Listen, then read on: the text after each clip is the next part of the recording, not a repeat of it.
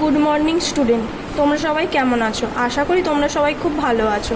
আজকে আমি তোমাদের কম্পিউটার প্র্যাকটিক্যালি মাইক্রোসফট ওয়ার্ডে পেজ ওয়াটারমার্ক আর পেজ কালারটা করাবো। চলো আমি প্রথমে ওপেন করে নিচ্ছি।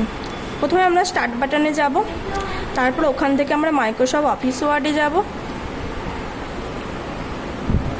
তারপর দেখো এখানে ওপরে অপশানেতে আছে পেজ লেআউট, এই অপশানেতে আমরা গিয়ে ক্লিক করব। তারপর দেখো এখানে আছে ওয়াটারমার্ক।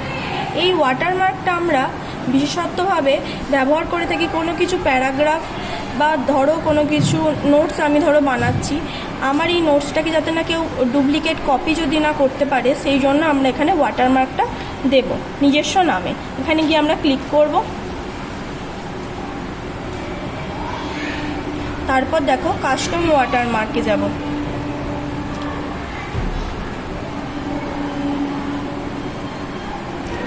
এখানে আমরা টেক্সট ওয়াটারমার্কটাকে অন করব।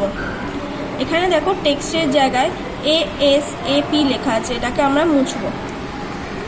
মুছে এখানে আমরা নিজেদের নাম দেব। ধরো আমি এখানে নামটা দিলাম রিয়া,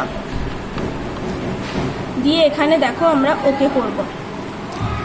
এইভাবে দেখো আমরা এখানে ওয়াটারমার্কে রিয়া নামটা আমরা লিখলাম। এবার এই ওয়াটারমার্কটাকে কিভাবে রিমুভ করব, আবার আমরা ওয়াটারমার্কে যাব।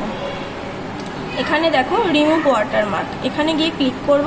দেখো ওয়াটারমার্কটা চলে গেল। এবার আমরা শিখব যে পেজ কিভাবে কালার করব। এই যে সাদা পেজটাকে আমরা কালার করব।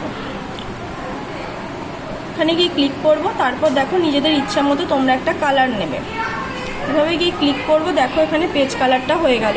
এবার আমি চাইছি এই পেজ কালারটাকে কিভাবে রিমুভ করব। তার জন্য দেখো পেজ কালারে যাবে, গিয়ে দেখো নো কালারে গিয়ে ক্লিক করবে। এইভাবে দেখো পেজ কালারটাকে আমরা রিমুভ করতে পারি। আজকের মতো এইটুকু, পরেরটা আবার বাকি ক্লাসে করাবো।